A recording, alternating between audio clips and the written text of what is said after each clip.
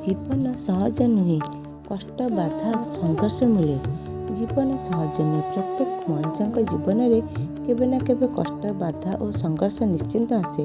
କେହି କହନ୍ତି ମୋ ଜୀବନ ଖୁବ୍ କଷ୍ଟକର ଭରି ରହିଛି, କିନ୍ତୁ ପ୍ରକୃତ ସତ୍ୟ ହେଉଛି କଷ୍ଟ ହିଁ ଜୀବନର ଏକ ଅଂଶ। ଆମେ ସବୁବେଳେ ଚାହୁଁଥାଉ ସହଜ ପଥ, ଯେଉଁଥିରେ ବାଧା ନଥାଉ, ଯନ୍ତ୍ରଣା ନଥାଉ, କଷ୍ଟ ନଥାଉ। କିନ୍ତୁ ସହଜ ପଥରେ ଚାଲିଲେ ମଣିଷ ବଡ଼ ହୋଇପାରେ ନାହିଁ, କାରଣ ସହଜତା କେବେ ବି ଆମକୁ ଶକ୍ତିଶାଳୀ କରିନଥାଏ। ଯେତେବେଳେ ଆମେ କଷ୍ଟର ପଥରେ ପଦାର୍ପଣ କରିଛୁ, ସେତେବେଳେ ଆମେ ସହିବା ଶିଖୁଛୁ, ସାହସ ଶିଖୁଛୁ, ଧୈର୍ଯ୍ୟ ଶିଖୁଛୁ। କଷ୍ଟରେ ଆମର ସତ୍ୟ ପରୀକ୍ଷା ହୁଏ। ଯିଏ କଷ୍ଟର ପଥକୁ ଛାଡ଼ି ଦେଇଥାଏ, ସେ ସହଜତାରେ ପହଞ୍ଚେ, କିନ୍ତୁ ବଡ଼ କିଛି ଲାଭ କରିପାରେ ନାହିଁ।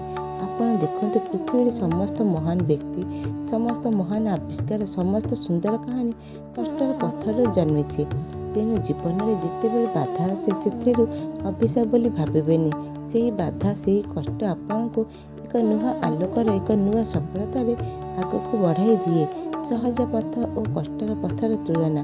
ଜୀବନରେ ଆମେ ସବୁବେଳେ ଦୁଇଟି ପଥର ସାମ୍ନା ହୋଇଥାଉ, ଗୋଟିଏ ସହଜ ପଥ, ଆଉ ଗୋଟିଏ କଷ୍ଟର ପଥ। ଦୁଇଟି ପଥରେ ପାର୍ଥକ୍ୟ ବୁଝିଲେ ଆମେ ନିଜ ନିଷ୍ପତ୍ତିକୁ ସଠିକ୍ କରିପାରିବା। ସହଜ ପଥ ଏହା ଦେଖିବାକୁ ସୁନ୍ଦର, ଆରାମଦାୟକ, ସୁବିଧାପୂର୍ଣ୍ଣ।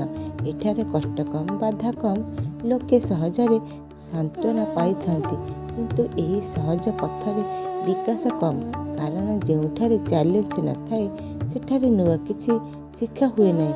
ମଣିଷର ସାହସ, ଧୈର୍ଯ୍ୟ, ସ୍ୱାଭିମାନ କଷ୍ଟରେ ଗଢ଼ି ଉଠେ। ସହଜ ପଥରେ ସେହି ଶକ୍ତି ଆସେ ନାହିଁ।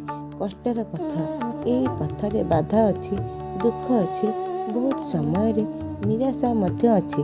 କିନ୍ତୁ ଏହି କଷ୍ଟରେ ମଣିଷ ସବୁଠାରୁ ଅଧିକ ଶିଖୁଛି।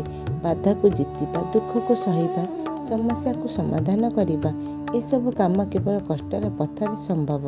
ଏବଂ ସେହି ଶିକ୍ଷା ମଣିଷକୁ ଜୀବନରେ ସତ୍ୟ ସଫଳତା ଦେଇଥାଏ।